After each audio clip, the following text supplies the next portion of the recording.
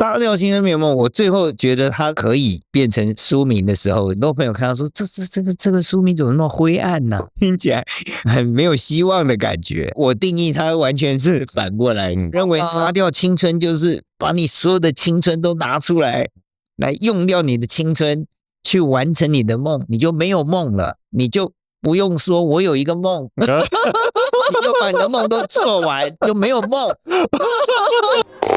这里是只能喝酒的图书馆，一个出租成见、探索未知的地方。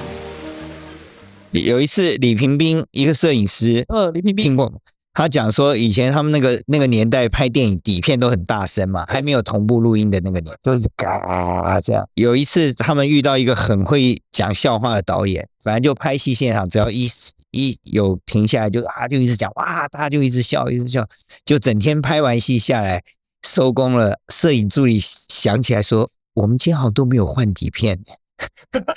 因为那机器即使空跑都很大声，咔，大家都一直以为拍了，其实底片只有拍过前面第一卷，就后面再也没有拍。因为导演爱讲笑话，那怎么办？那怎么办？就得解决啊！哎呀，那怎么办？可能很多人从此就不在行内了吧？电影圈很多人发生一点那种电影圈无法只要他知道以后人提起这件事，我就是得丢脸的，他就再也不会，他就会改行了。有很多以前送底片的，送一送底片弄丢了，那事情就发生，那他就会离开这行，因为他会成为一个永远人家说，那个谁谁谁，他就是那个当着送底片都会送不见的那个，他就会设法离开这行业。真的假的？对，没有就走不下去了，走不下去。就因为这件事对啊，就是他要很专心，不能有这种大的失误。你讲话一下。嗨，你好。 OK， 有吗？都有。拔掉，再不听了。那现在在录了，可以再录了。我们是没有开场，没有开场，我没有开场。是没有开场。摇请羊水宝啊！宇文哥这边有用白干。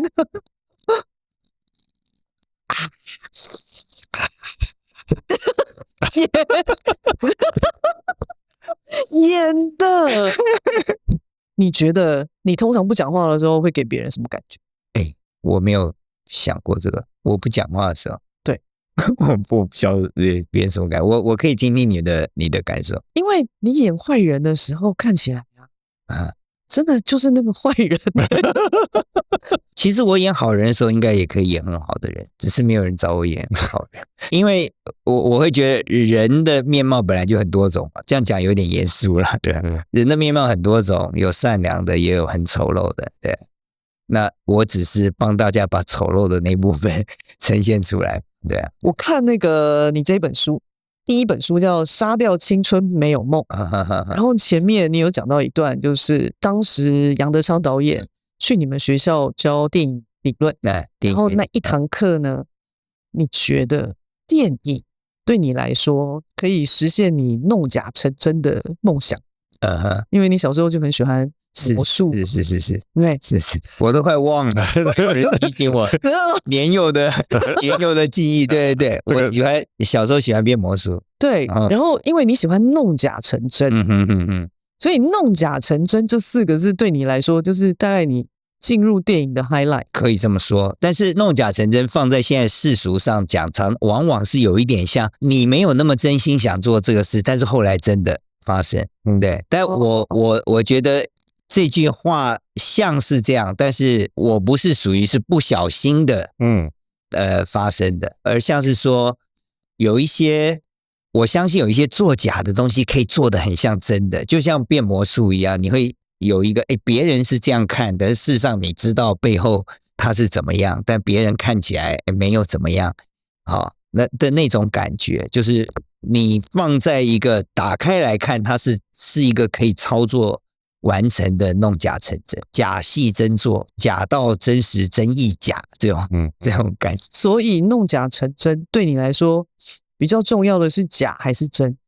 真，因为跟人传递的是真，只是说因为你要别人感受那个真，所以你得花更多力气知道那个假怎么做出来，怎么让那些东西让别人觉得是真。哦，那假是真的还是真的是真的？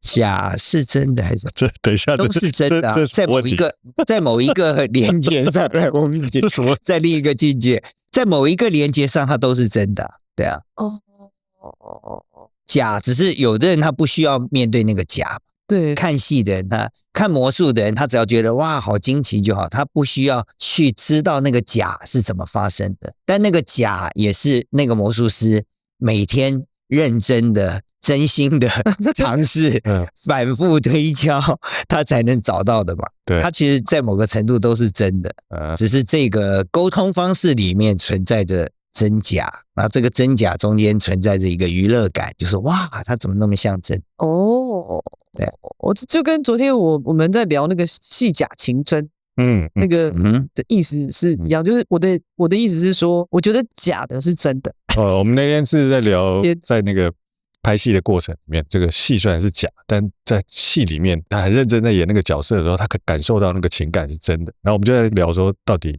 假是真的还是真的是假的？对我来说，它这4个字呢，它是一个图像，然后那个图像是我眼睛的焦段的距离。比如说，那个针对我来说可能是16mm，它是真的。可是如果是假的，我觉得它就是200mm，可能比200mm还要远。可是对我来说，200mm这么远的焦段的这个距离所看出去的东西，其实对我来说还是真的。就是16mm对我来说不见得是真的。像我在看你的这本《杀掉青春没有梦》的时候，你说的那个弄假成真，我自己的那个感受就是，我觉得假的才是真的。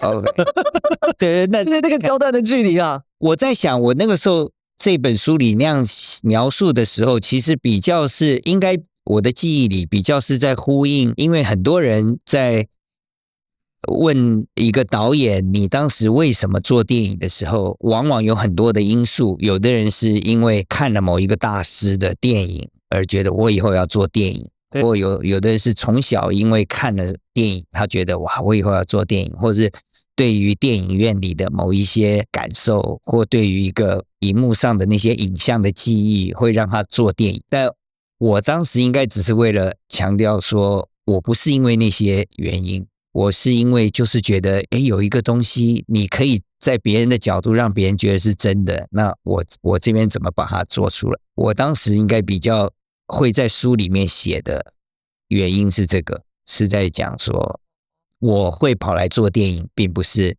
因为那些其他的原因。 OK， 因为你本来是念戏剧的嘛，对对，然后才去拍电影。对 OK， 那你的画面语言，你在拍电影的时候的画面语言有受到杨德昌导演的影响很多吗？应该我这样讲应该是说我自己很谦虚的讲是说我不想砸了杨德昌，你是不是白干没有喝够？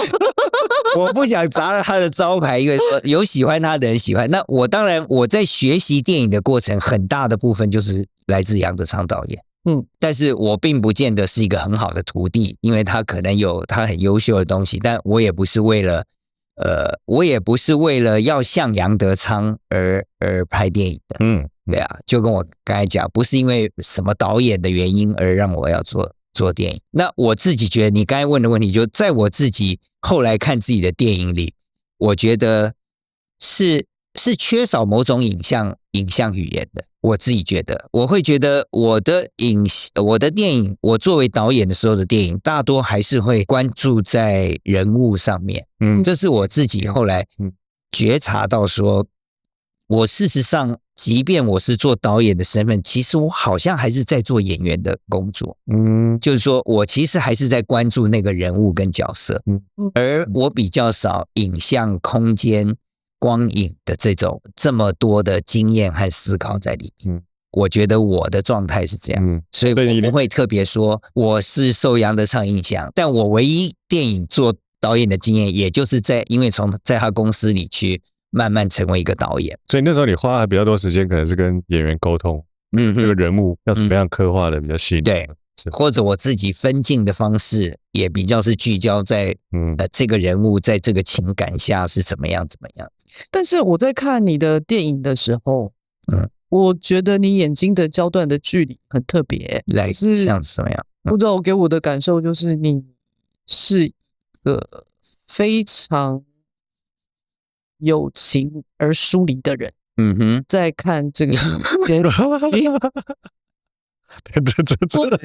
我可以，我大概可以感受到一点的。这个疏离就是因为大家好像都没有在关心这个感觉嘛。没有，就是譬如说我在看那个什么要死趁现在，想死趁现在，那个就给我很深的这种感受，就是那个距离，为什么你就是觉得说他有东西要说，可是他站得很远，他仿佛是一个旁观者。可是他其实不是个旁观者。那回到刚才说，那我在不讲话的时候，你说你问我在不讲话的时候，别人是什么感觉？我真的不知道别人是什么感觉。可能会不会自己在拍的时候，自己想讲的就觉得这样是合理的，就应该要这样，应该要那样，应该那样，可能也不见得会，或者自己有那个感受在里面。对，应该是会有。应该说我自己觉得那是一种要往这感受，但是我也会若干时候听到类似婷婷现在描述的感觉，说我可以感觉到那里面的那种情感。可以感觉到那个情感，但是好像发现这样最后你要讲的事情，别人觉得好像离他们蛮远。我不知道是不是这样的感受了。你说想死趁现在，大家感受以后，就是这个好像是不是跟我们的是因为跟我们蛮远的，也不知道为什么要去感受它。你的新的书的时候，阴影下的阳光，它仿佛就是一部电影，就像哇，在我脑海里面。对，我有感觉这是一部电影，这整本书就是一部电影。希望他把所有的全部都是画面啊。以刚才这个逻辑讲，你讲的图像思考，在我就是作为我说我一直很关注演员的这个，在我的逻辑里是一个行为的思考。OK， 在呈现是行为，就是人的行为。对，那行为可能相对于更多是跟人有关的行为。那你讲的图像，可能放在电影里我就会成为很容易注意剧中的人物的行为，他这个时候该不该有这样行为，他行为做到什么程度，他行为应该怎么样？我会觉得我是在描述一种行为。对，就是什么扶着摩托车往前骑，钥匙孔插进去，又把钥匙拔出来。但你可能当然你也可以觉得那是一种有图像的，对，它是影像的。然后我刚刚在讲的那个焦段的距离，就是因为我每一次在看电影的时候，我都会先去看这个导演他的画面，他眼睛的焦段处在什么焦段？赶快把眼睛的焦段是什么意思？他大概讲的应该是说，比如说16mm大概就是我用第一人称在看，比如我现在跟你坐在这里，我跟你很近，但如果用200的话，可能镜头是在很远的地方，所以我是用一个上帝视角在看我们两个现在在讲话。所以有一个是我现在正在跟你讲话，有一个是我看到我在跟你讲话，大概是这个概念。我觉得他你是不是要讲这个类似这样？差不多吧。等我们3个差不多吧。突然没有办法，先找到共同语言，对，不知道在讲什么。不是因为我的那个画面，我不知道要怎么去描述啊，很难呢。文字对我来说真的很困难，我就是不知道。但你也可以阅读嘛？我可以阅读，但是有一些可能会比较慢，相对来讲。因为我认识一个从小这所谓也是影像思考的人，他是没有办法阅读。就是我们传简讯给他，这样一行一行的可以，但是像这个书本给他，他是平常没有办法读字的。那他真要看，他要拿一个尺这样子遮住其他的看，这样然后往下看。那他只有在很必要的时候才会要看着，比方说医生给的一些讯息啊，或什么什么，在那个时候他才会这样看。他因为这样，他住在美国住了很久，他已经我这个朋友拿到绿卡，但他一直没有去考美国公民，就是因为他没有办法阅读考试。像他读就很快，然后我看书呢就很慢，非常慢，因为我必须要一个字一个字的慢慢读。我也是必须每个字都看。人家写讯息给他，他会把每一个字都念出来，然后念完，对，念完之后，他问我说：“这个是什么意思？我说你不是念完了吗？对，但是我有时候看不懂。我觉得现在人发讯息本来也就没有那么准确，大家好像也发的有点口语，或者是你如果没有上下文，那就看不懂，你又不太知道他的神情跟表情，他的看不到在的状态，你有时候是会鸡同鸭讲的。对，我上次跟我刚才讲那个朋友聊天，他说他的图像，他说比方说我们几个人在一个空间里聊天，他说我现在跟你这样聊天，我完全可以从你的角度那边看过来，这边是什么，和他的角度看我们是怎么样。他说他是整一个他都是可以跳来跳去全景的，他也可以他可以完全从你那里知道你看过来的我们两个是什么样子，开了就打开就会，我也会。真的吗？这个我也有这个功能，我就有觉得说，哇，好像这个能力应该是还有很多开发空间。对啊。那你不会吗？不会什么用那样的方式吗？对，我不是那样子，真的哦，我没有那样子思考。我在看这本书的时候，我一直以为你就是跟我差不多的人。误会，我在那样子，这是误会。真的哦，还是你还没有自己开发？我没有那样子。你要试试看，现在开太可怕了，太可怕。然后现在看一下，搞不好你可以耶。可是那你怎么去观察人呢？因为你每一次演的所有的人物，都不是你平常在你生活当中容易接触到的人呢。有一些像那个狼师啊，他和他的他，就很困难嘛。对。然后你在阳光普照里头，或者是你在修行里面等等之类的，你有很多你是演爸爸，可是你又不是爸爸。当然爸爸你可以去观察，但是你也不可能观察到很多种爸爸啊。所以你怎么去判断说你要怎么去诠释这个角色呢？这件事情我很好奇，而且你是会那种在诠释这个角色的时候，然后就已经把他这个人他的思考脉络都研究完了。我觉得观察的部分，我通常不见得是因为你现在有一个角色要演，你才去观察。那观察是应该是在原来的生活里，平常就存在的，可能原来习惯里就会有这样的观察人的行为啊，观察人的一些遇到事情的反应的状态啊，他隐藏了什么跟表现了什么的这种东西。他隐藏了什么你也看得出来？你可以感觉得到嘛。当他遇到一个事，有的人他是逃避的，比方他偷了一个东西，他被人问的时候，他在讲话的时候就有隐藏一些东西，对不对？他还有讲出来的跟隐藏的，就等等的。就是这些观察可能不见得是来自说，当我接到一个角色的时候，那接到角色的时候，当然因为接的当下你会知道，要演一个父亲，演一个狼师等等等等，当然会比较聚焦在我要呈现的人物里可能有哪一些行为。有时候也会跟导演沟通一下，他是不是有这么想，他是不是也觉得这样更好，就是把我认为的，比方同样讲狼师，可能看过的剧里要讲一个这样的人的戏并不少，对不对？但是我会有一个我认为那样的人，他其实是哪一种状态，好像没有被电影或电视表现过，他其实有一种我觉得很立体、很真实的东西是没有被表现的。那我也会想问问导演，是不是觉得有这个东西是更贴近那个人物？虽然这个人再怎么样，他还是一个虚拟的人。在放在影视里当然是一个虚拟的人，但是我觉得现实中那样的人，我们就以行为来讲，一个我们姑且说会发生这样的事情的人，他不见得只是一个负面形象出现，然后做负面形象的行为。对，他平常可能看起来是一个正常人，看起来是一种，甚至他心里还有很多正常良善的面貌。绝对有可能。对，他可能只是在性的那个当下，他有许多无法控制的东西。对，但不表示他不能是一个乐于帮助邻居的人。也不表示在没有那种诱惑的情况下，他不是一个良善而正常的人。我懂了。因为那个你刚刚在讲说，一个爸爸他可能不见得爱小孩，可是他很爱狗。之类的。在修行里面就是对，或者我们说在普世里的人真正生活的世界里，不见得是像戏剧里那么绝对的，这个是反派人物，他就只有坏的行为。我觉得不是这样的了。对啊。所以说刚才讲说那样的准备，我会是在如果真的有这个角色出现的时候，才会在聚焦我平时观察到感受到的这样的人是怎么样。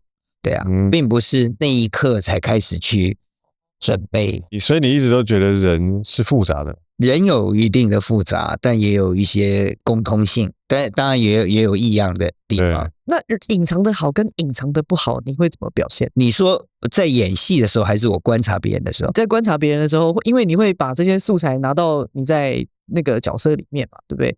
那如果说今天这个东西就是隐藏的很好，那什么叫做隐藏的很好？隐藏有时候如果放在戏剧或电影这样的表现的时候，那个隐藏，如果导演或这个创作者决定如何决定这个东西要表现多少的人，他也有这个感受的时候，这个时候就可以共同讨论如何拿捏这个隐藏。就隐藏到完全没有，观众知不知道？还是说观众有可能在前后文已经知道坏事是你干的，所以你这边就算完全隐藏，别人还是知道，所以应该是隐藏比较好。但也有人的导演会觉得你这隐藏前面没看的人他就不知道你这里，所以你这还是要流露一点恶行。对，这个每一个小细节其实是不同的。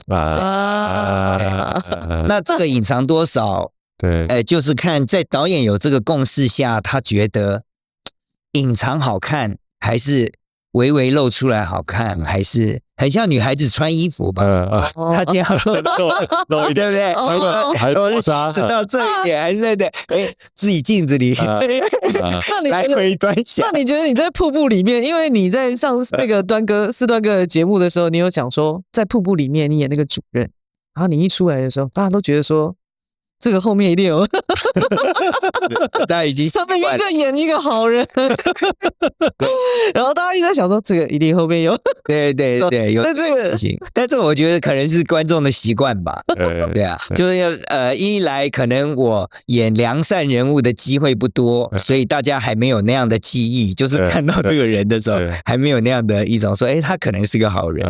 那我觉得人是会有残像的，是，就比如我们盯着一个东西一直看看久了之后，我到别的地方去的时候，我还是会有那个残影在那里面。所以像比如说我们看宇文哥以前的作品，如果他一直在演坏人的时候，忽然他演一个好人，你会印象中对，就总觉得他应该会干点什么坏事。他也没有 always 都演坏人啊，也没有。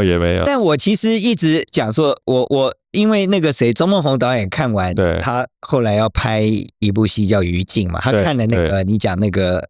李四端哥的那节目，他说：“我下一个戏找你还是不是好人？”我说：“我要讲的好人也不是什么了不起的伟大的好人，他只要是个正常人就好，而不是要去杀人啊，要去被杀，走在这个黑暗的边缘。”我说：“我讲的好人也不过就是一个像大家一样正常的人就好了。”不会，其实我觉得《阳光普照》里面也是个好人啊。可以吧？可以是好人。我觉得有人还是会觉得他最后还是得杀人。对，但是他还是好，他是好人，他是好人啊。我也觉得他是很好的人。他是为了保护小孩子啊。这当然放在电影里可以有各种评论的方式，就是这样的一个人物。现实生活中当然要去被抓去关了。对，就是现实生活中其实没有讲到阳光普照这个父亲后来怎么了。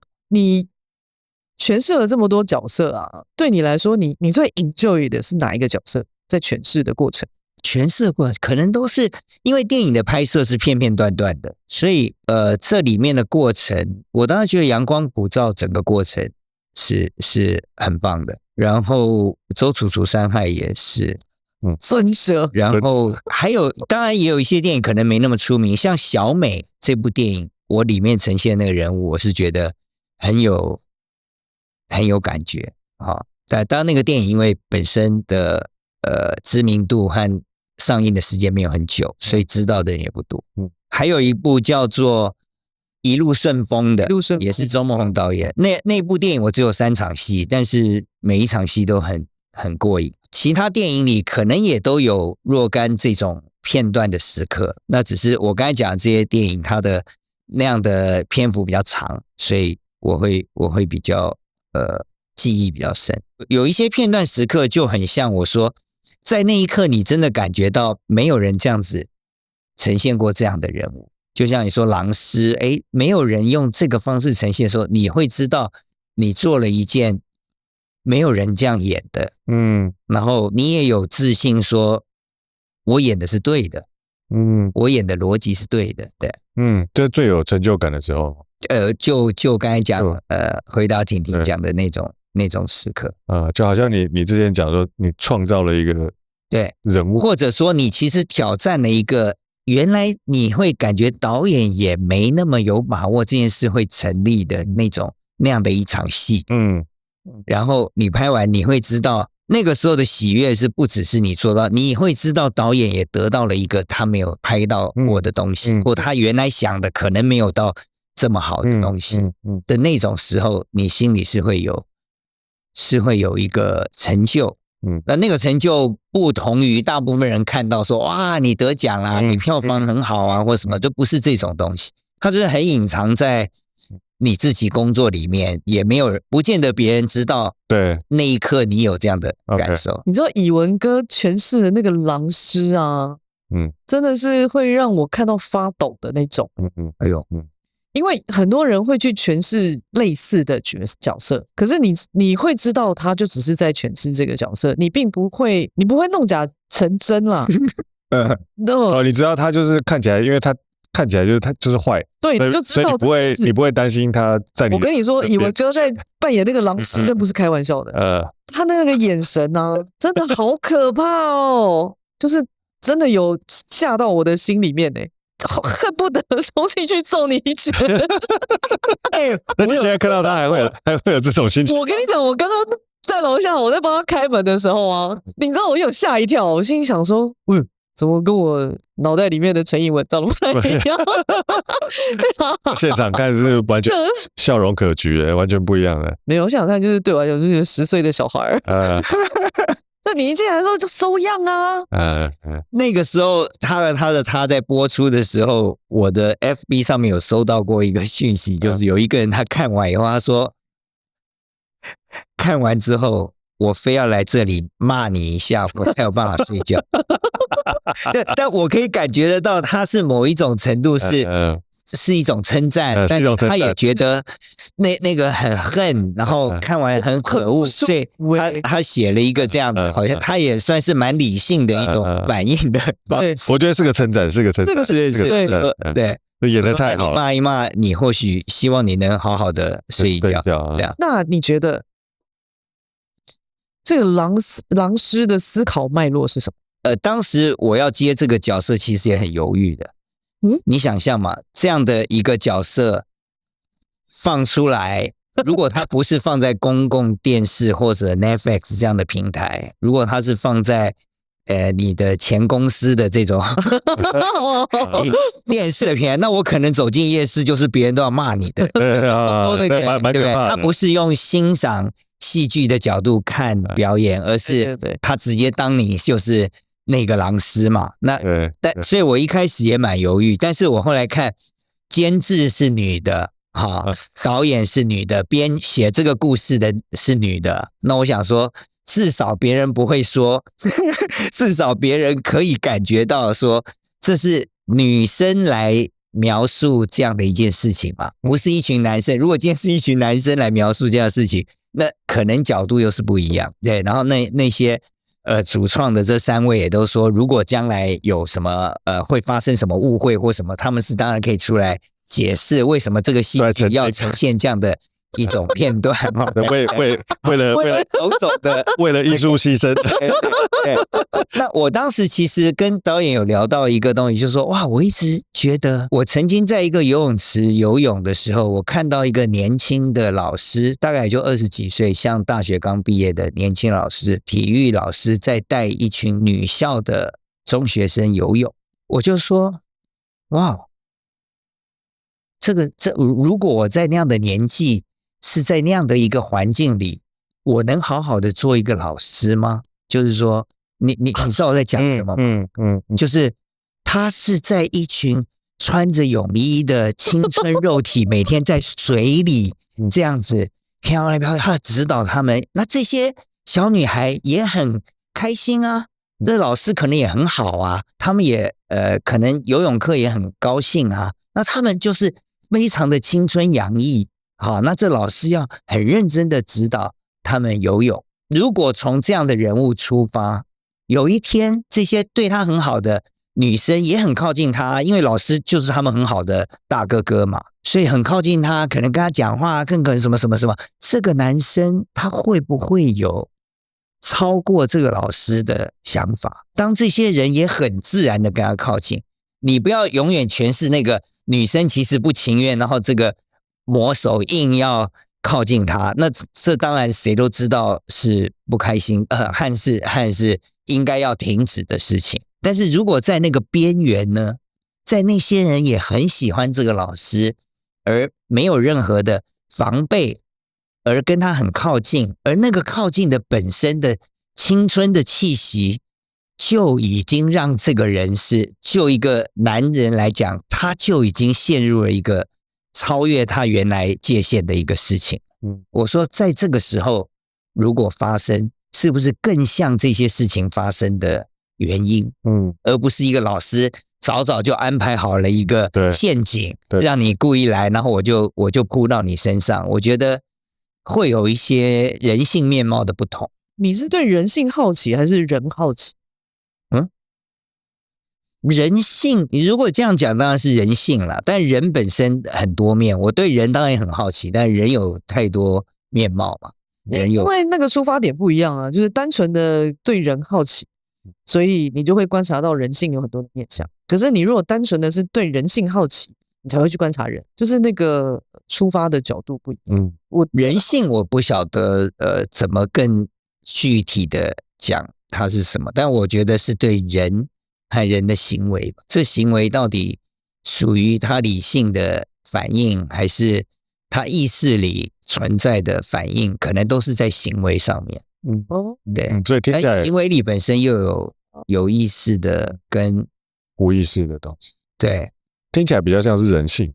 那人的好奇跟人性的好奇中间是哪些不在人性范围？就是说，对，因为我不晓得你说的对人的好奇跟对人性的好奇，那如果把人的身上人性这件事拿掉的时候，那个不被你好奇的是什么？我对于人性的那个欲望啊这一类的东西，其实我就是感到好奇。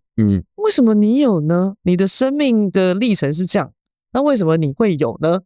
那你有什么呢？这是我开始观察人的起点，然后我就会想要知道说，那你是怎么思考的？可能我问一个问题，然后你的回答一定是不一样的，因为你生命的历程。那可是单就你的问题呢，我可能就可以去开始探究一下你这个内心的欲望是什么。类似这样子。我其实是因为人性，我对人性好奇，我才观察人。那其实我对人没有那么多的好奇。所以你比较聚焦在人性。然后我就在想说，因为我知道你在诠释每一个角色的时候，你会把这个角色的脉络一次就这样子，就是都排好。是。可是怎么办到的，我不懂。这个东西讲，这很像商业机密问到重点了。这很像你问一个面包店的时候，你这里面面包加什么？我怎么样都弄不出这个。没关系，那你可以不要回答。那你回答了，我不要剪出去。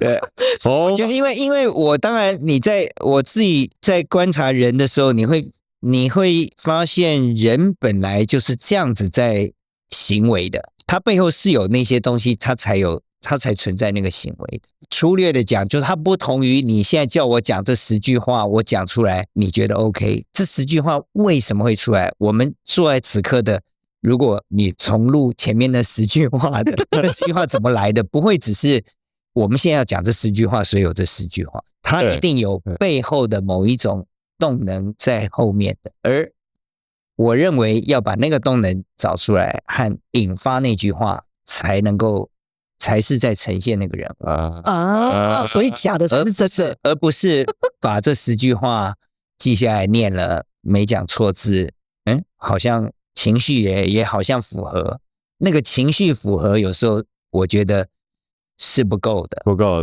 因为不一定有那个情绪符合，但是它背后那个所谓的能量还是那个东西是存在。就像我们现在要开车去高雄，我们不管在路上怎么样，我们都应该还记得我们要开去高雄吧？不管我们现在这边停下来吃饭，你看那个服装店很棒，我们进去看看，不管怎么样的，你应该还是知道你是要去高雄吧？我的意思说，通常人的行为里是知道为何的，只是他的语言不一定等于他要讲的为何。对啊，对。我们现在在服装店玩得很开心，但其实我们心里都知道，等一下快看一看，不要像平常看那么久，因为我们要去高雄。但是不一定要有人一直讲，我们要去高雄了，走了。但那个东西其实是存在在人的里面的，它不一定外显的。但是你如果，所以这场戏不一定要讲说，我们要去高雄，我们要去高雄这件事情。他只可能他会，你不一定要生气的时候说，对，他会隐藏。我生气哦。对不对？我为什么会一直对于弄假成真这4个字一直想要针对这4个字跟你讨论？有一个原因就是说，我觉得大家对于假这个字其实是非常负面的。可是我们如果换另外一个角度去看假这个字，你会发现它其实是一个过程，它不见得是一个负面的东西，它是一个过程，是你在体会人生的一个过程，或者是你在摸索你自己摸索人生的一个过程。然后你在经历完这个过程之后，你才能够到真这个地方。就你没有经历过这些，你没有办法到真啊，因为你怎么会知道你自己是真的还假的？是因为你如果再放，刚才我们讲到底哪一个是真的，我刚才前面说都是真的嘛，对不对？但你如果放在另一个逻辑，就像如果你刚才用较为佛家一点的行为看，他会告诉你这都是假的。对啊，对，你不用，对，你不用说那个虚拟世界玩那个虚拟游戏里面是假的，我们现在这就是假的。对啊，一切都是假的，眼睛有业障，是。可是我觉得在这个过程才好玩。那个东西也确实在他的这样的，在那样的一个思维体系下，确实也是如此啊。就是那一刻。或许到了我们要告别的或无常出现的那一刻，我们也恍然明白了，原来这一切也是假的，对不对？但是那个假跟我们现在在探讨一个工作的那个，可能是不放在同一个逻辑里。那你有讲过一句话，就是说你演了20年的导演，现在才开始当演员，演员这件事是真的还假的？这句话出自我在拿金马的那个时候记者会，他问嘛，好像是应该是文天祥老师问的嘛，就问我一些什么感触吧，我就说。可是你在 GQ 里面好像有一个采访，你也因为他可能也是知道有那段谈话，应该就是文老师说，你以前是做导演什么什么什么，你现在出来演戏，对。那所以我当时就说，我演了20年的导演，我现在可以好好演其他的角色，演员，对，我说演其他的正常的角色，就是我演了20年导演这个人物这个角色，我当时大概是这样讲，只是后来的文字好像都变成说我现在演员，但我其实当时是说我演了20年导演，现在终于可以演一些不一样正常的角色啊，就不是导演这样的角色。这句话有一点点像，如果依照我们前面在讨论的那个脉络，那这句话是真的假的？它像一句玩笑话，像是一句行内人的玩笑话。我觉得，所以是假的。就某一个事实层面，它不能，它是真的。OK， 但是它之所以我说像一个玩笑话，是说也并没有说我不能再去演导演嘛。对不对？对不对？没有说，也并没有对，只是说我演了神剧，说我也开自己的玩笑，你们都认为我是导演，但是我演了20年导演，那我现在来演其他角色，有一点像一个行内的玩笑话，对啊。OK， 你会觉得这话里有真跟假的什么东西？我就是因为我对于人的人性是好奇的嘛，我在研究你的时候，我其实都在想说，我是认真讲的还是开玩笑的？就是你这句话里面隐藏的欲望是什么？这句话隐藏着什么欲望？对，就是因为、应该这样讲，我这样描述你讲的东西，就是说，当我2015年重新回舞台上，或是开始去演戏的时候，有很多人说：“哎，你不是导演吗？你这个导演怎么演戏？什么什么？”但在我做导演之前，我曾经在很年轻的时候也有过一些演出演戏的经验，包括在杨德昌导演的《独立时代》这些。当我拍第一部电影的时候，也有些人会说：“哎，这个导演开始做电影了。”在我在国际影展的时候，别人也常常介绍这个导演的第一部电影，他以前是演员。好，就是说，在我自身的感受里，这两件事只是职位的不同，或者放在一个电影里或放在一个戏剧里的工作分配不同而已。但是对我来讲，都是在做戏剧的演出，或电影对我来说也是另一种戏剧的模式在呈现。所以对我来说，这两者之间其实没有太多的我自己没有太多的困扰啊，只是说它就是不同的位置，我都在这个乐团里，只是我可能是弹贝斯还是打鼓，偶尔来唱歌，还是我是 vocal。在我来讲，我就是这乐团的一份。怎么了？对，我的感受只是这样的。对，那所以你说那个时候的欲望那讲说2015年，我确实觉得我要把更多时间放在表演跟人物呈现上面。的确有人会一直用你是一个导演的角度来看对，所以我才会形成了那个感受，是我觉得我要告诉别人我是个演员现在。所以我可能才会讲出你刚才好奇的那句话，说我说我演了20年的导演的角色，我现在可以演其他人的角色，大概还是回归到说我那时候是很明确的想要让人知道我是要作为一个演员呈现很多不同的角色。可是所以那个背后的欲望好像是这样的一个东西。那我好奇的应该是这样讲，就是说我们清楚的知道说演员这个角色你诠释的非常好，但是在看完这个《杀掉青春没有梦》的时候，你就会知道说，哇，这个人当导演也是超强的，命运给他的巴苦很硬。也是，我认真的，太强，真的，命运的安排给你的巴苦也很硬你完全就是导演就想要的该得奖的得奖啊，有没有？该卖座的卖座啊，譬如说你花了一个3000块，然后暴力几十度，用3000块去拍了一部纪录片，然后有60万的回收，是这些东西就会觉得说，这么多年下来，你拍了这几部电影，对你来说，你在扮演导演这个角色，这很厉害的很强的。在你生命中，你诠释导演跟演员这两个角色，你都诠释很好的情况之下，那你自己最想要什么？以这两个角色相比的话。还是你如果想要当 vocal，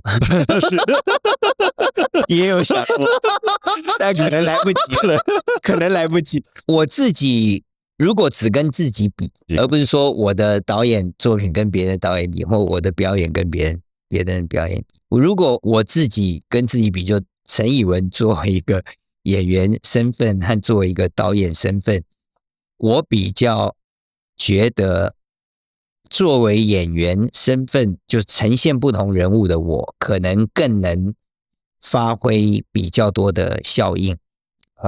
就是说，你说自己商业市场的考量，商业市场或是别人看到的新意，就是比较不同的新意。作为一个导演去创造的作品，我会觉得相对来讲，我去做的导演作品可能比较没有那么有新意，在我自己觉得，就是如果一个创造一些新的东西出来的时候，我会觉得在人物的呈现上，我比较有多一点的把握吧。怎么了？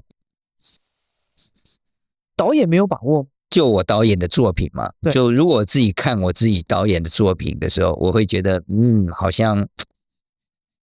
才华不是很好哦，那种东西比较多。你是被生活的教训曾经教训了我。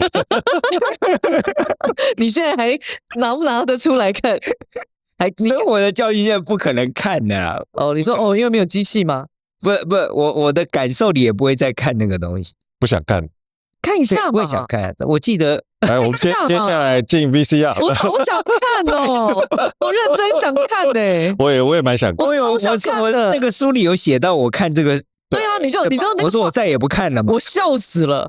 那个画面我真的笑死了。你找了2-3个朋友，然后建了一台机器，然后播了那个对，看，说哦，看完之后不要，快把它收起来。看完我心里觉得我再也不要看这部片，看够了，这部片看够了，就是这样的感觉。会不会现在拿出来看之后会有不一样，或者心情又不一样？会觉得你约我们看啊！对，帮我们拜托，我好想看哦！我想有描述说那20分钟对我来说就好像看一个2小时的，对啊，就是这个片子怎么会那么长，那么难熬？难过。对，我想看，我自己也不知道去哪看。我们可能要到什么电影博物馆之类的啊，然后好想看哦，我们包场。去问那个蓝主委那边看有没有。现在是那个主演，对，好想看哦，我真的认真的哎，你也不要。我们来弄个让你很 embarrass 的作品到底是？对，很想知道说到底有没有？整体看来，我都会觉得好像，就像我刚才最先讲说，其实我发现我在作为导演这个工作的时候，我没有那么多剧中人物，就是演员以外的太多的表现工具。就像很多人可能同时也很擅长美术上的效果跟摄影的光影的造型的。那些效果可能精彩的导演，他对这个东西的掌握是很灵验的，懂。但是我会发现我自己比较多还是在人物，所以我才会觉得，其实我对人物呈现一个人物的热情，其实远远超过去作为一个导演来呈现一个作品的那种敏锐度。我会觉得，所以我刚才的比较说，如果我跟自己比较，似乎我在呈现人物上。可以有更多愿意去无限探索的那种东西，对。那导演上我就觉得我好像缺少很多以前不曾观察，或就像说刚才讲光影氛围这个东西，你的观察学习就是不够，好，然后美术要放进来，有一些东西就是你觉得不够，对啊。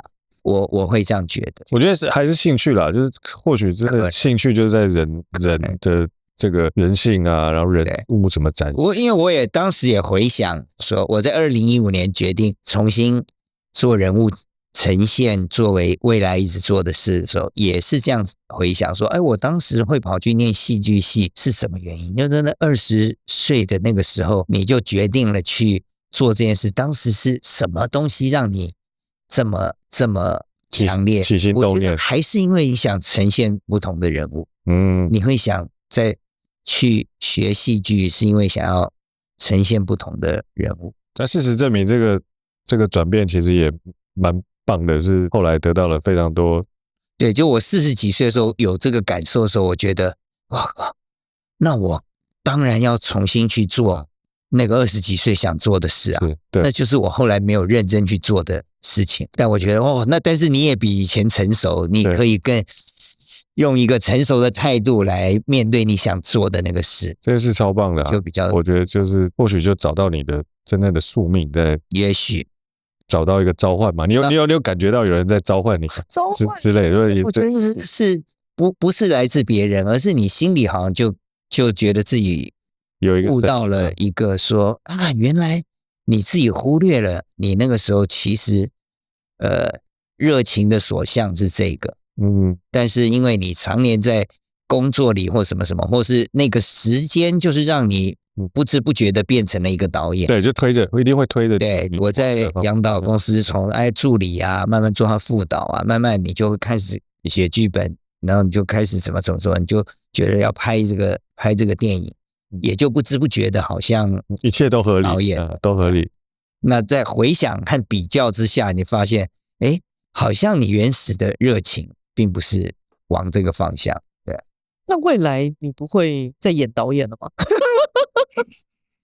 有可能，我还是有收到不少人拿剧本给我，或者像说希望看我的导演的作品啊什么什么。那我自己觉得像我们讲的这个阴影下的阳光就是一个我会想把它拍出来的，就是我有这个感觉，想觉得如果要能够拍这部电影的话蛮好的。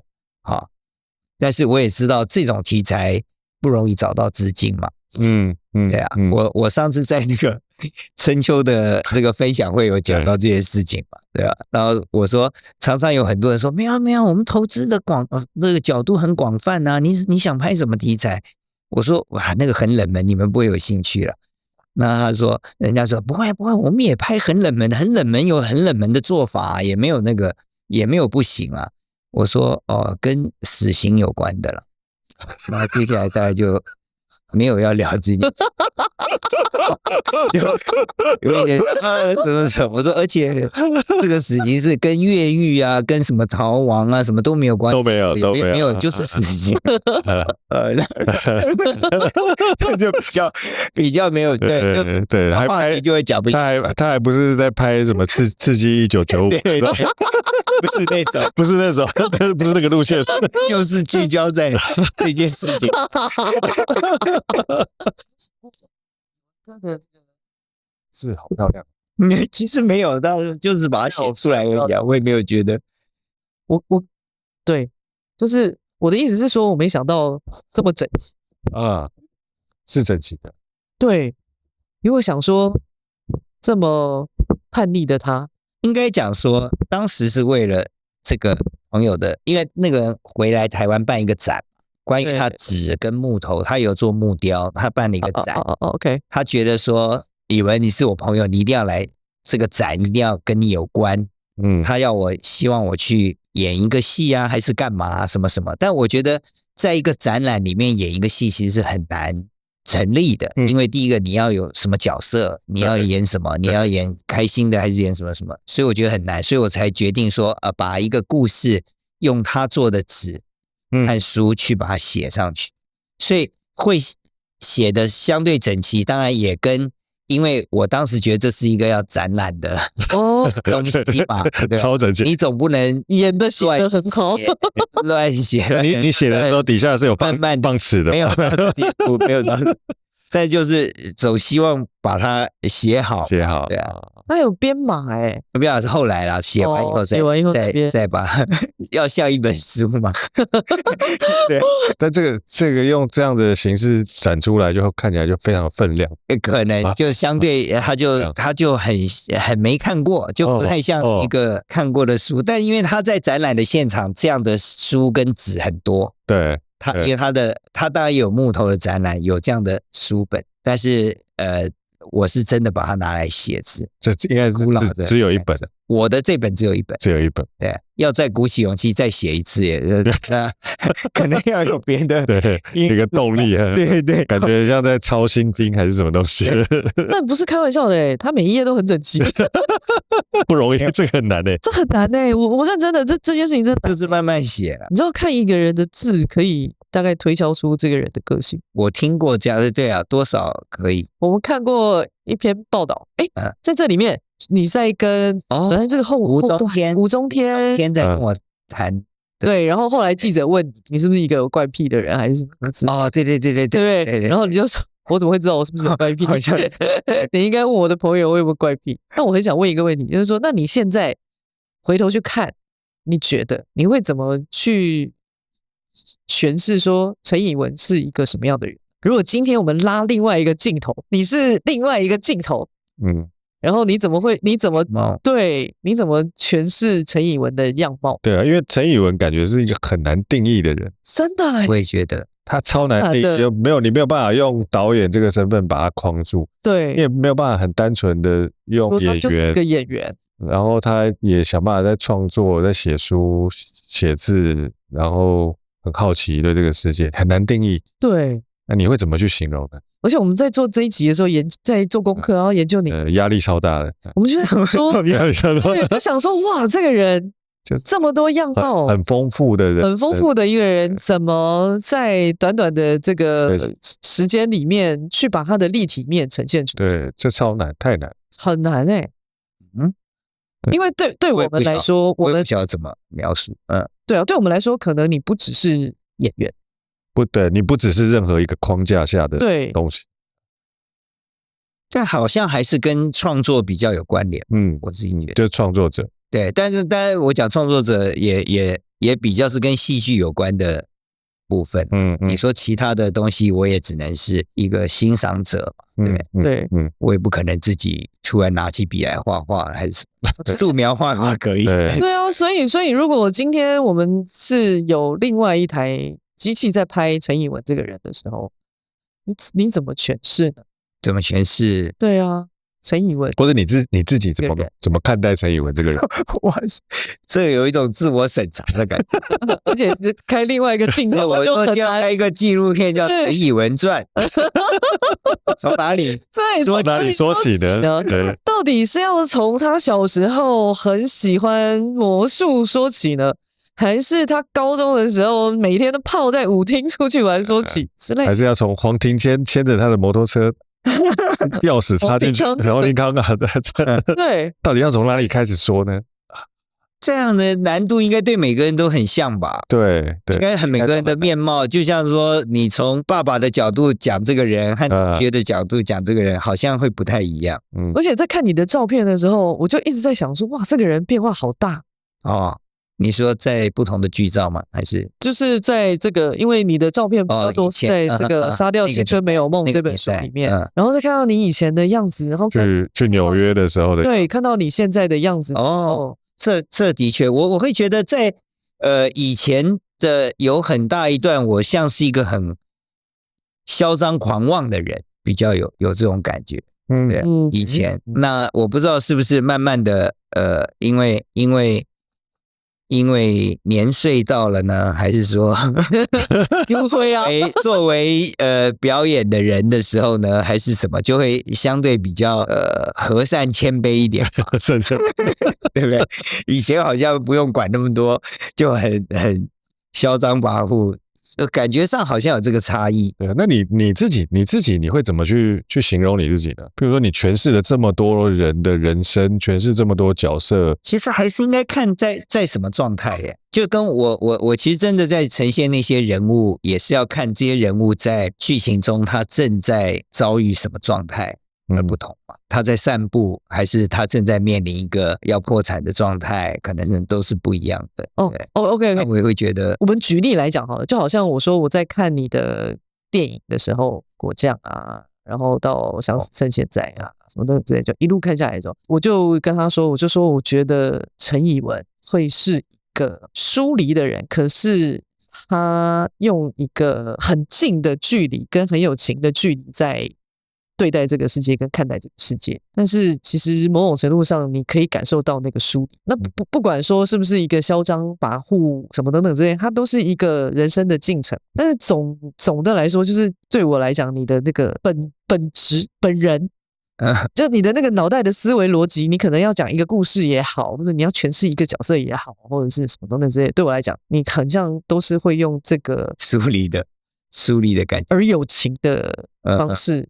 去讲一个故事，我有讲好吗？我其实刚刚那段我根本完全就是不知道我在讲什么。你剪接的时候可以感觉。Thank you。你怎么看的？你自己怎么看的？我当然相信自己很有情的这部分啦，就刚才讲疏离而有情，但是疏离这个东西有可能某种程度在我不自觉而反映的一种感受。特别在我记得在运转手之恋的时候，那有很多的笑点，那个时候看电影的时候很多点大家会笑，然后我记得那时候有一个演员，一个资深的演员就说，哇，这每个好笑的地方都像是一个很疏离没有要人笑，但是他就让人觉得很好笑。他当时有你这样讲的时候，我有这样的一个记忆，就是说就是即便是要讲一个笑话的时候，也好像看起来没有人觉得这是一个笑话，可是为什么讲起来是一个好笑的笑话？可能我不自觉的就不会想那么投入吧，就是说不会想那么像我要讲笑话哦，我要讲笑话咯，不是这样的一个感觉，就好像只是觉得那个笑话该有人笑就应该有人会笑嘛，对啊，就是那种感觉比较多一点。那个有一个心理状态，就是不要太外显，对，好像觉得呈现的东西不用太外显。我现在好像也没有硬要做什么那个疏离感，是不是来自这个？我不晓得。你会常常觉得你在一个热闹的人群里面，但是其实你的人其实跟这个世界是没有什么太大关系。有时候会哦。那个时候通常也会觉得，哦，原来这世界是假的是不是？我大概有，我有时候会有这个感觉。对呀，我觉得我是一个有一点旁观者性格的人。我说真的，像阴影下的阳光，你想要传递的那个 concept， 你是用一个故事去，你有一个相信的价值在里面，但是你不会去告诉别人你相信什么。对，那原因是什么？我觉得如果可以提供一个这样的感受，或引发别人去感受的一个这样的脉络的话，是我做完了。对，那至于在这个感受后，你怎么看待这样的事情，我没有办法去要你怎么决定，或你应该怎么样。但是我总觉得你有过这个感受，就算现在没感觉，或将来在15年、20年后，你遇到跟这样的事情有关的时候，你会有不同的感触吧？对啊，你会想起，不是现在要告诉你什么。你感受一下是这样的一个事情是怎么回事，对，因为讲什么我们未来可能都是很可笑的错误嘛，因为放在不同的角度里都可以说应该怎么样，应该怎么样，所以我才可能在这个故事里我就不会想要就是除了呈现这个故事发生的人两个主要的人的遭遇以外，就没了，就差不多了。其实这个也是给别人很多空间的原因啊，不要把东西都讲完，你不会过多的去诠释。对，那可能这有时候是戏剧的力量，就是很多是他有演的，我也觉得跟他没有演的，然后那个中间有一个空间。我也觉得，既然戏剧有或者这样的小说阅读是有机会承载一个这样的感受，这个感受不同于谈话节目里丢出议题来讲的这个感受的话，那我觉得我愿意比较忠实的让他是用这样的方式来沟通。因为语言有时候在谈话的过程中，你必须要想说啊，观众现在到底有没有听懂？对，有时候还是会有这个需求，但电影可能有的时候不见得完全要让大家看懂，可能是一个看完有一个淡淡的哀伤，那也说不出来，然后回去想，不然再看一次好，看完之后再去看一下影评写什么，然后重新咀嚼一下那个滋味，然后你真正最后得出的结论，可能跟导演当初想做的东西也不见得不一定相同。他不是要呈现一种辩证啊。对，你觉得你在你的人生当中也是这样子的，在跟其他人相处的吗？就是私底下的？不晓得，我觉得年轻的时候总会很希望用辩证的方式得到某一种结果真理。对，但是有时候那个东西你并不会，你就算现在在辩证的过程中，你好像说服了别人，但是事实上你也还是会碰到一段时间后，觉得好像事实并非如此。对，那我现在就更多会觉得用感受来沟通，而这个感受除了只是第一层我们当下的感受以外，它还有没有一个可以比较长远感受的，缓慢一点才感受的东西？那个东西可能你要更有把握，说它可以延长。就很像有的电影我们看完，现在真的觉得很好看，可是也就若干时间，也就是说，好像也想不起来，或也没什么好讲的。但有一些可能你看完，你即便到几年后，你还是很容易想的这部电影，或者是某一些生活遭遇里，你就觉得哦，就像那个什么电影里面一样。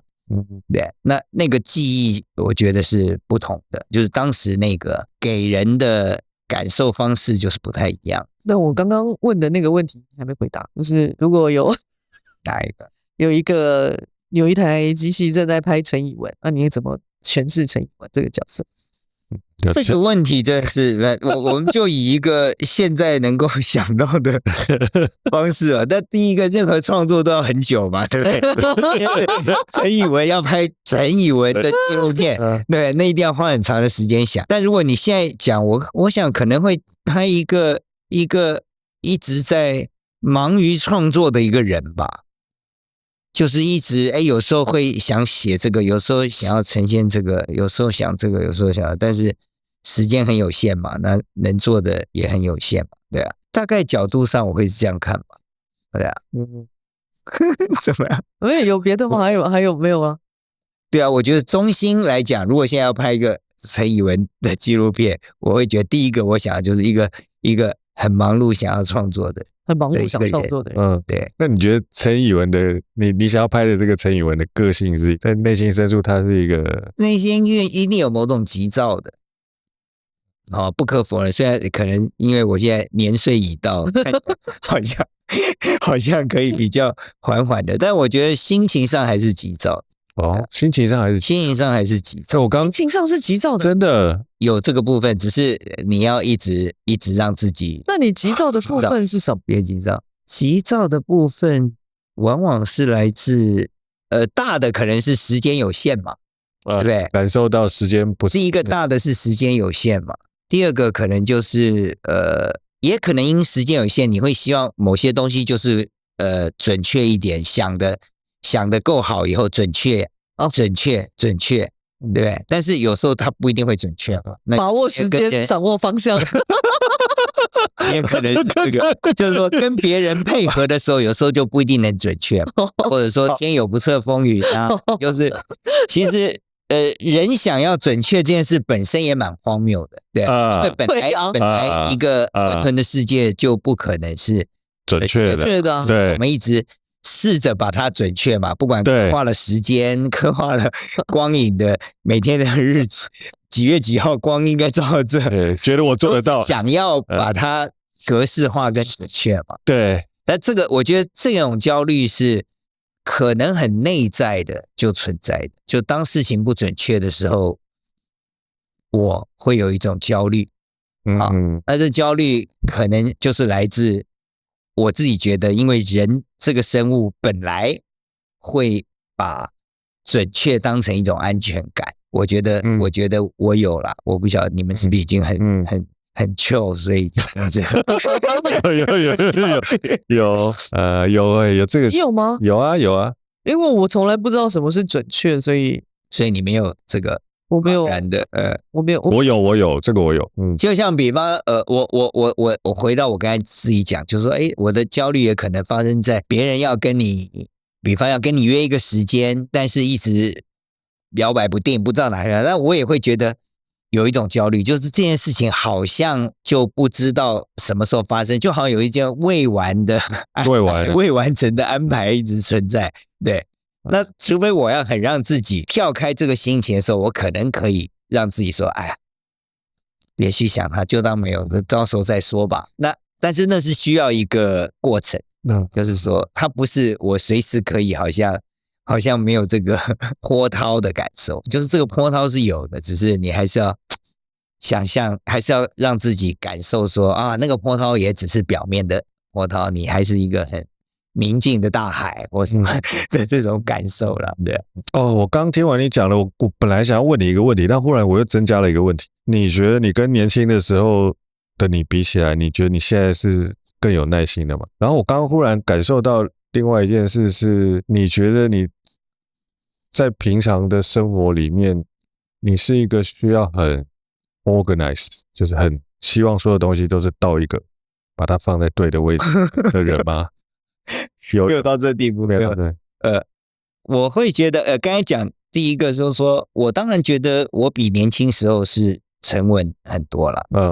那个时候，如果就是我常说，如果我今天会看到年轻时候自己，我可能也会他妈扁他。真的是这样，你懂个屁呀！你懂个屁呀！对。是，那你说我在生活中有没有那么？我会觉得有那个部分，但是那个 range 还蛮大的。就是说，我自己在应该讲我住的地方有一个区域，就是属于如果别人来这里会发现有2个桌子，那2个桌子范围大概像那个餐桌那个区域吧，对，就是这边是非常乱的，就是有一些书本，有一些稿件，有一些其他的物品，还有一些你可能不知道干嘛的，下面可能有2张很怪的椅子或者什么什么，就是那一区看起来是一个很杂乱的，但是我每天会使用的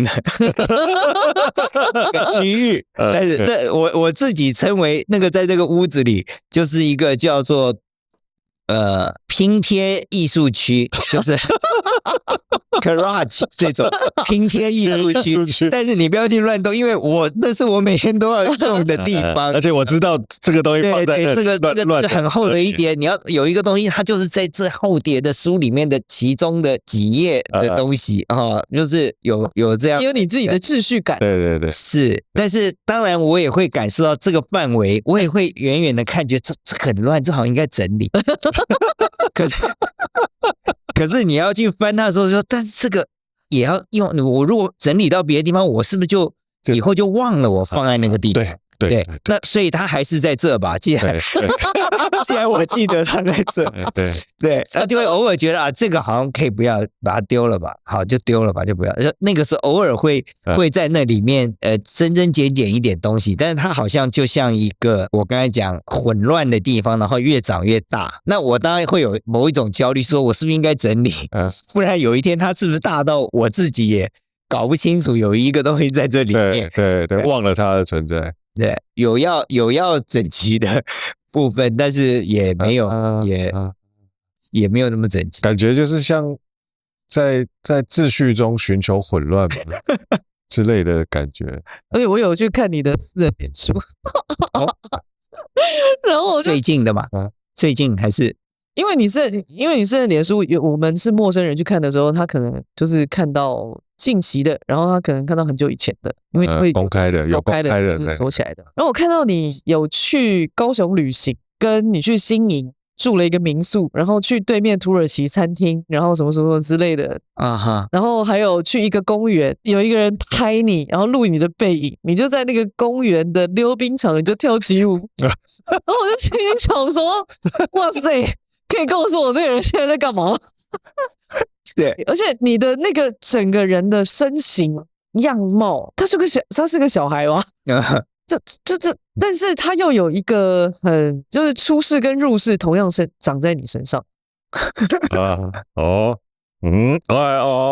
你这样讲我忽然有，就有一些人餐厅那个有什么，我有点忘，我应该就是拍了一些片段嘛，是不是录影了一些片段？对啊，但怎么会？就是你的那个拍的那个角度，就让我觉得很奇怪。就是你拍那一段，然后没有头也没尾，然后就结束了。是，看完也我没有要说什么，没有要说什么，对，你没有要干嘛？然后你的文字好像因为你PO了那个影片之后，然后上面有就是譬如说在写太那个对，在民宿对面居然有一间土耳其餐厅，对，然后就结束了。我说，然后嘞，没有要解释。原来那个疏离是来自这个。不是，是我因为我在看你的电影，然后我就会反复去你的电影，你扮演的角色，然后你个人的生活，然后我就会反复的去观察。应该是最后我从你的电影，你拍电影的画面语言里面去感受到你既有情而疏离这件事。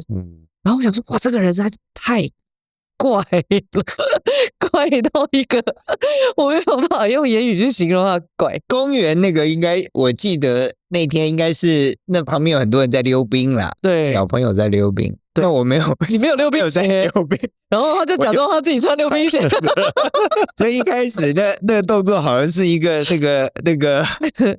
然后被有点残障或有一点障碍的人在，所以你其实是很难被形容的。对，我可能也没有太多对自己的形容吧。就像你们刚才问我，我也会把我问倒，说我可能也没有特别去形容过应该是怎么样。但你最有趣的地方应该是这个。我觉得最有趣的地方就是可能你对这个世界很多事情都感到好奇，然后有这么些，然后一直不停的在为了想要创作一些东西，跟大家沟通，去吸收很多不一样的东西在你身上。就是你好像也没有要试着去定义自己，因为一般人会说啊，我就是一个会计师啊，所以我应该要比如穿着打扮要像个会计师，我应该要沉稳一点啊，不可以让人家就他会对自己有一个期许，说我应该要怎么样啊？感觉你就是没有在管这些事。那你觉得你的人生的剧本是写好的吗？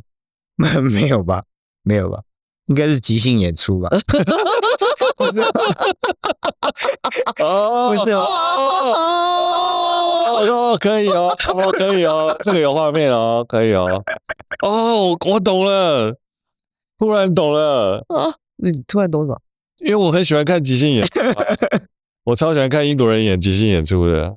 他忽然讲说，哇，他的剧本是即兴演出，哦，这样我就可以。为什么？就是你现在看到的他不是真正的他，他随时都可以变出一个新的他。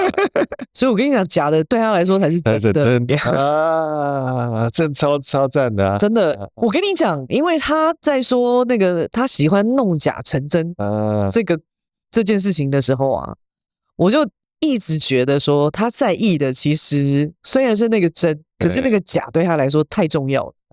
真虽然是它是结果，对，可是假是那个过程。但是这个假的这件事情的这个过程对他来说才是无比重要的事，我觉得要构成那个真的。对，因为你要到那个真，因为那个真就是因为你已经到那个结果了。可是我不觉得他是一个在乎那个结果的那个人，就是完完全全的真的很在乎。对。但假这件事情，这个过程对他来说是非常重要的，所以弄假成真，重点其实真的不是真，是假，我觉得啦。不然他不会喜欢即兴演出。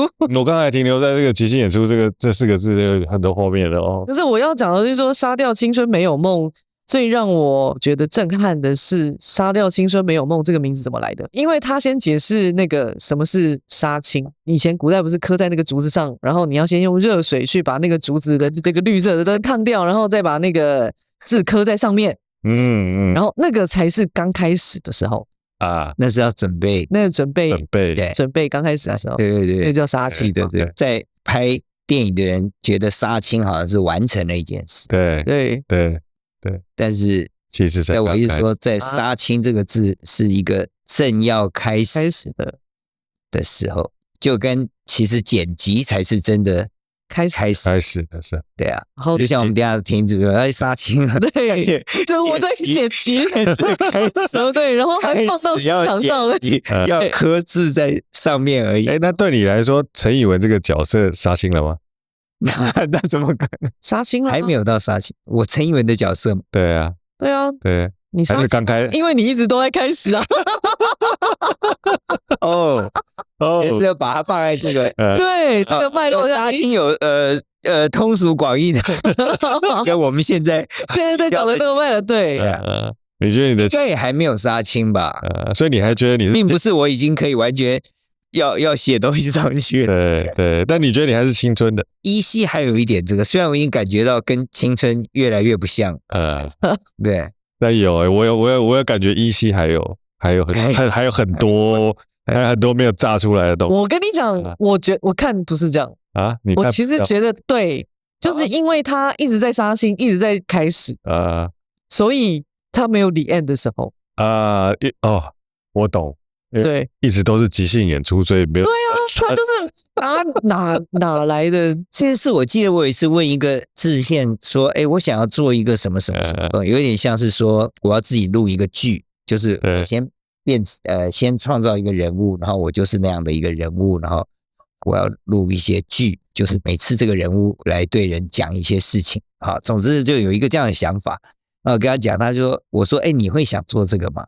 然后他就说：宇文哥，这要看你是觉得几岁要退休。”好，他的意思就是他可能是一个上班族的概念，他就觉得说，这是你规划几岁要退休，要做这件事，是应该要跟这个东西有一个好像一个互动。但我心里想说，退休我好像从来没有想过，几岁要退休不是神说了算吗？是说了算，是我们说我们什么要退休啊？不是到你都做不动的那时候退休嘛？对，就是你刚才讲说，对，所以我没有觉得好像到了一个时间，就停止，对，就好像有一直觉得，有新的想法，有新的点子都可以试试看。当然有可能到一个年纪的时候，我们认为很新的想法，很棒的点子，可能在别人看来这是一个无关紧要的事情，对啊，有可能的，对啊。但总还是会想要再继续尝试。自己来讲当然是，对啊，甚至那个尝试也不一定全然都是创作，有时候可能是尝试一个人生的改变吧，我在想，我不知道是不是会出现这样人生的改变，对啊，就可能变成了另一个，就是变制片，有一种探险过程，去公园假装在溜冰，研究种花种草，会不会？我不晓得有没有这种有可能这种改变的可能。以前人家还常常会问，因为电影很不景气嘛，常常有人说，那你如果不做电影，你要做什么？我就觉得还是那时候还会觉得说我做科学家呀，什么这种的，但现在当然已经不会去想这个，觉得不是那回事啊，也来不及啊，对啊。我觉得于歌曲这个杀掉青春没有梦啊，完全是对的。对，怎么说？他应该大概看准以文哥 always 青春呢，然后他的青春杀不掉，杀掉青春没有梦。我最后觉得他可以变成书名的时候，其实我觉得在我的感受里，他还蛮有冲劲的一个名字。可是当时我记得这个书出来的时候，很多朋友看到说，这个书名怎么那么灰暗呢？到底在讲什么？杀掉青春又没有梦。听起来很没有希望的感觉，对啊。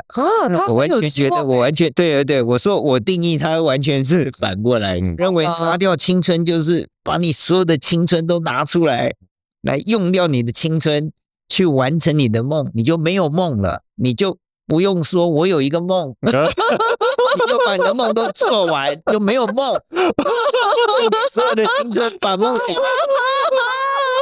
我觉得是这样的感觉，对。那其他的感觉是另外，就对字面上看来就是又杀掉了青春，有没有呢？可以。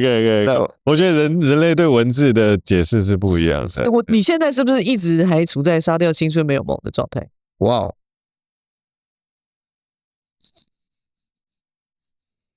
可能有，但是也我一直有觉得。不然你怎么会忙于创作？随着疫情也让人觉得好像有点懒散了。有一次跟一个长辈说，我最近都没有什么运动，都不太出门运动。他说是不是你开始发现窝在那不动也买书？可以，这有点可怕。对，那你的灵魂不长这样？我不晓得，我可能也有一点点期待，如果不用有那样的一个刚才讲的忙于想东西、忙于创作的那样的一个思考的时候，我会干嘛？我也有一点期待，那会是什么？有一个在不久前，大概1个多月前吧，有一个下午，我就在屋子里念书，这样慢慢看，然后腿翘着，反正就虽然很舒服，我突然觉得，我竟然有一个这样的下午，很新奇。我什么都不想理，我就窝在这里看书，这种感觉，对，很新奇啊。对，我自己觉得很新奇。我会觉得，以往看书好像总是你知道有一个最近要把这本书看完，还是说你看这是因为你要写某一个剧或某一个有什么什么的，有个目的性。对，你会觉得他即使没有 push 自己，但你都觉得好像你知道当时自己为什么看这个书，但是当有那样的一个完全你就读着它也没为了什么目的，然后就看，然后觉得好像这样子也是一种蛮愉快的方式，对啊。那我觉得也有可能我要慢慢的寻找这样的一种稍微自在一点吧，对啊。稍微不让自己有那么觉得忙碌焦虑的感受吧。那所以你忙于创作这件事情对你来说没有那么愉悦吗？那是另一种愉悦，就是他必须要在完成创作的以后才会有那样的愉悦。你在创作的过程不愉悦，你总是觉得干嘛？我当时为什么要想这件事？我为什么要去弄这个？要把我自己逼死。对，我把这就搞一半，因为很多事情其实搞一半是很不开心的嘛，所以就会觉得那我要把它弄完，搞完了。对，那当然你有完成的时候，你会觉得有一种愉悦，但那个没完成的过程中，就会偶有焦虑。最后一个问题，就是我问你的意思吗？你要问吗？那个以文哥现在几岁？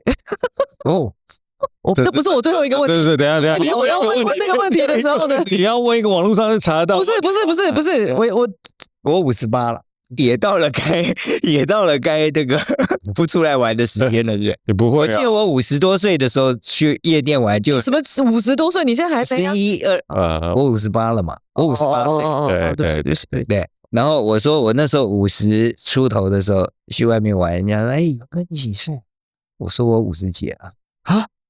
那你应该回家休息了，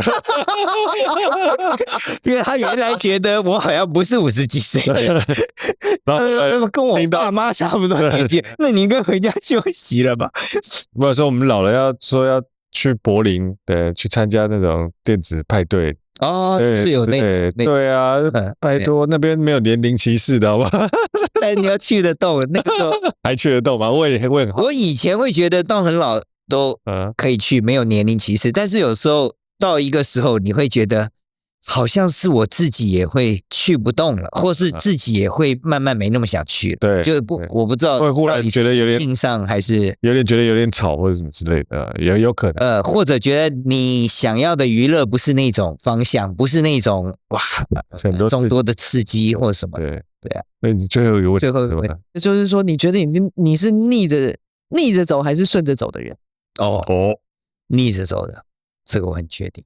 逆着走，就是无论任何状态，不管你如果这两个选择的话，我相信都有比例嘛，对，也有顺着的时候，也有但是如果这两个是极端的选择，我会觉得我比较像是逆着走，或者你比较喜欢逆着走。我不知道喜不喜欢，他就会不知不觉的往逆着走的方向走。但为什么你会觉得你是逆着走？就是我看到的情形，我就一直是这样子的。例如什么情形？就大家想要这样，我就会觉得，那不这样会怎么样？就用这个来讲，这个例子就是这样。小时候大家进到庙里，就门槛不能踩，我就这样，这样会怎样？好，类似，这个能不能解释你的逆着走？可以，在很多感受上，某一些制度化的东西，你就会觉得，那我不要这样，到就不行啊。那种。我懂。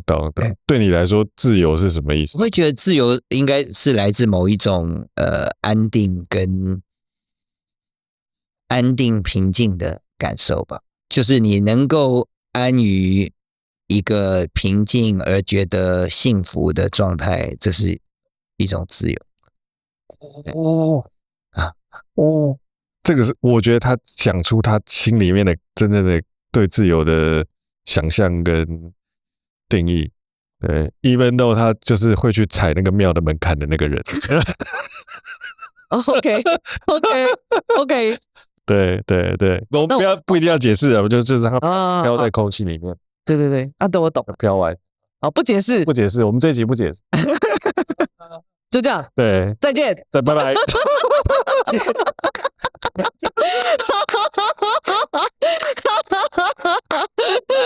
来，大家再碰个杯。